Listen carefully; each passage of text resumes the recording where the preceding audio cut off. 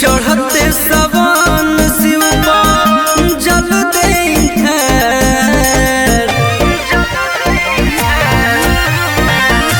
चढ़ते सवन शिव जल दे जाके कहवर सैया ले आई गाजीपुर बाजार जाके कहवर सैया ले आई गाजीपुर बाजार।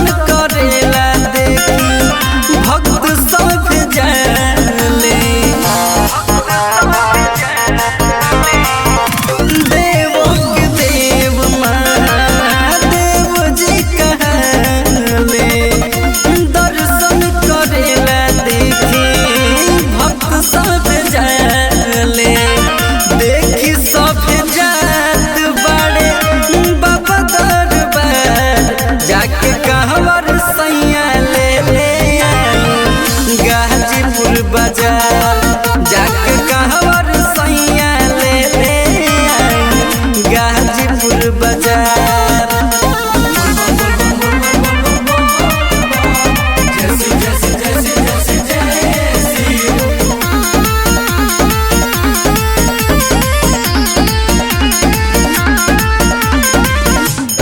ले आई हसाड़ी सैया गेरुआ कलर की